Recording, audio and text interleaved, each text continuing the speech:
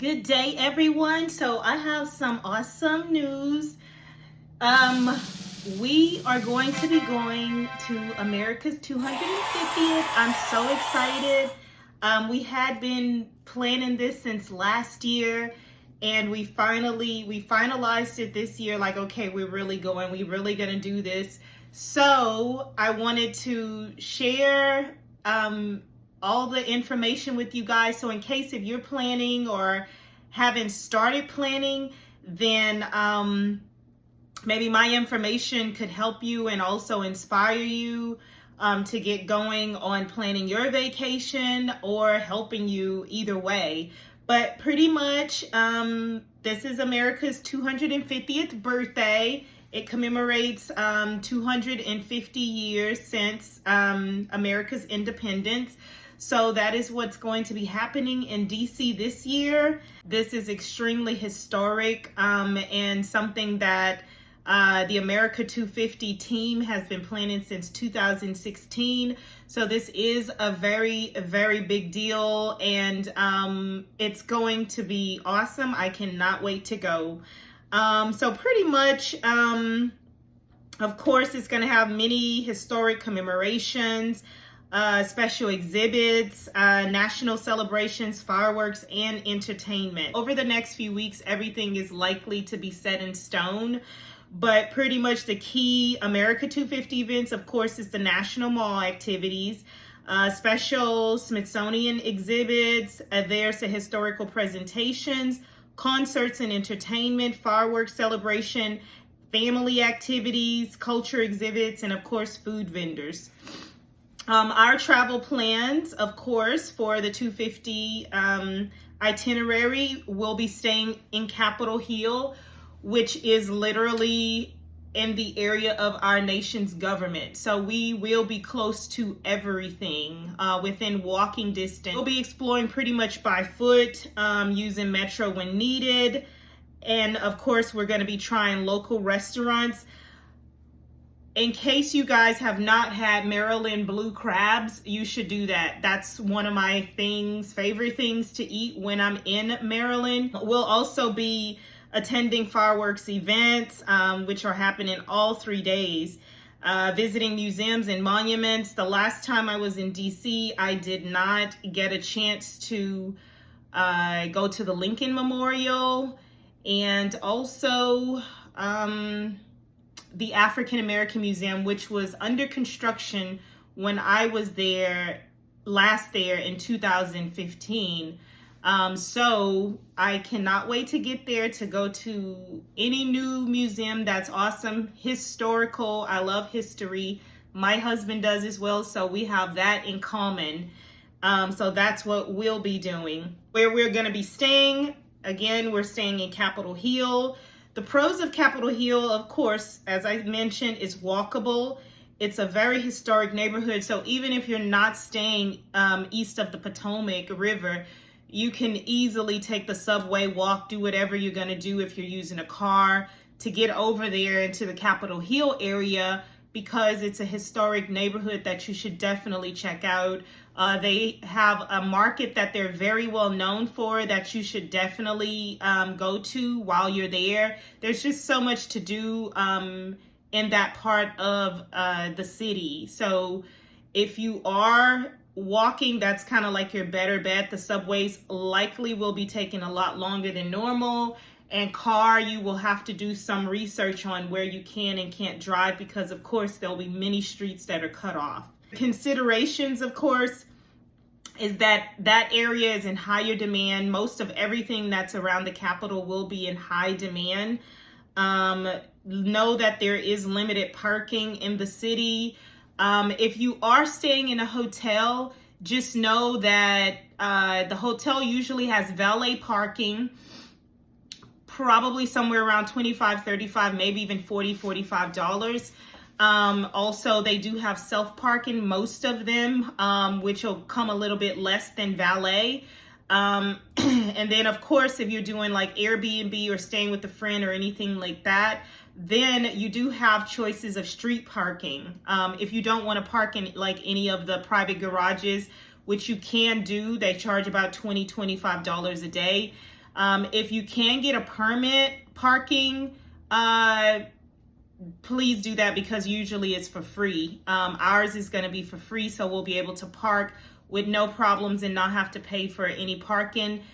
Just do a little bit of research on the parking situation and how you're going to be navigating that whole scenario, because you don't want to get caught off guard just because it's going to be extremely busy. So take all of those things into considerations and plan ahead. And again, just expect crowds. There's going to be a lot of crowds, guys, like crowds galore. So just know that you should definitely pack your patience with you and just be prepared. It's going to be fun, of course, but, just know that there is crowds everywhere. So in case you're not used to dealing with large crowds of people. For transportation, for getting around DC, you have the option of metro, walking, rideshare, or, and just know you will have parking challenges. So again, just do a little bit of research on the parking if you are driving, because you just want to have that all wrapped up and know where you're going to be parking far ahead of time, what streets you need to be navigating through, and that sort of thing. So don't be afraid to ask questions to the hotel, to your Airbnb host if you're staying in an Airbnb. Get everything planned out far ahead of time. It's going to be your best option. What we're most excited about, of course, our top 5 experiences we're looking forward to is, of course, the fireworks show. The fireworks are going to be insane, I'm sure. All of these events, guys, are taking place literally on all 3 days, the 3rd, the 4th, and the 5th.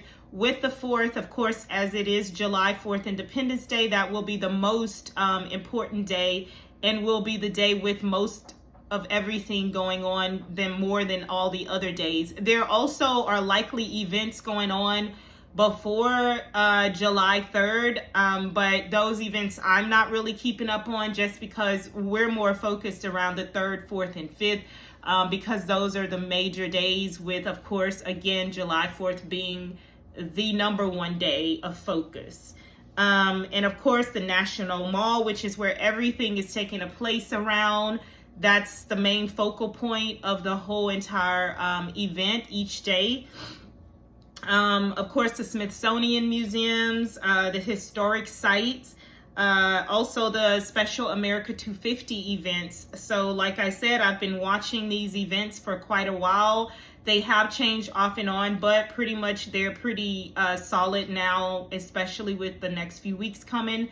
Everything, I'm pretty sure, will be set in stone, as they have been planning for this whole entire event since 2016. So I'm looking really forward to it. Just some tips for you guys, especially if you've not been to DC before, or you have been, or you're just starting to plan, or maybe you have already started planning but just haven't completed your final to-do list. So before you go, just know that you need to book your lodging early. So whether that's an Airbnb, a hotel, friend or family property, you want to make sure you got everything set up to know where you're going to be staying, what area of town, before you go.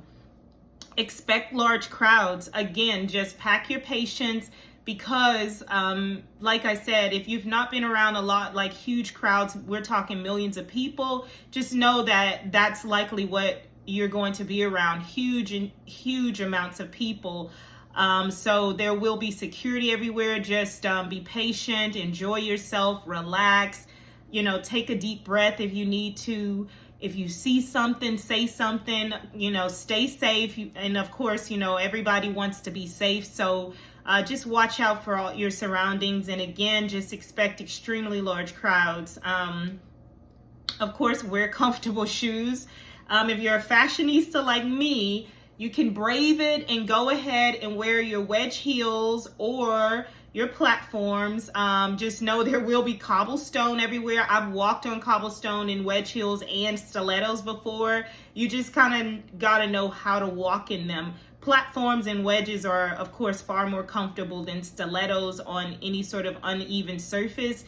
But if you can't walk in either of those shoes, just wear some really nice, comfortable, stylish tennis shoes. I mean, there's so many different kinds. The Adidas are some of the top ones that everybody likes. They have all types of colors: green, red, white, blue, orange. I mean, so you could get online and try to find like some super fashionable shoes that you really like. If you don't want to wear any sort of heel or wedge or anything like that. And of course, guys, make sure you stay hydrated. Carry bottles of water with you, or thermos, anything that you know can keep you hydrated. Just because if you've not been out in that part of the country before during the summertime, it can get pretty hot. So just know that, and you're going to be outside all day long, and who knows how much coverage you'll have as far as, you know, tents or trees or any of that type of stuff. So just carry water with you, especially if you know that you get dehydrated quickly, you know, and, you know, if you can, stay away from salty foods until you can get to, you know, more plentiful water.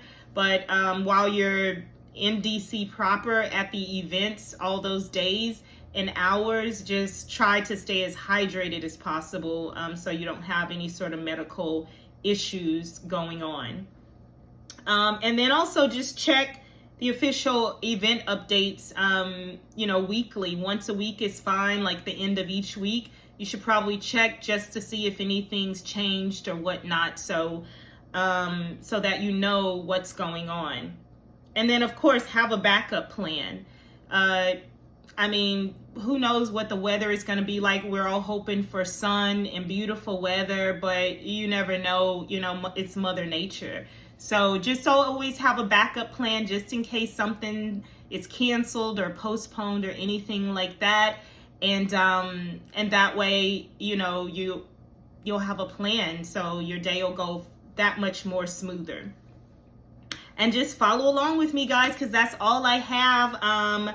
I'll be sharing real costs, walking distances, food reviews, lodging reviews, and event experiences. So please like my video, share it, and subscribe to my channel for more videos to come. I can't wait to see who all is going to America's 250th. Please leave your comments below, and I look forward to seeing you in the next video. Goodbye for now.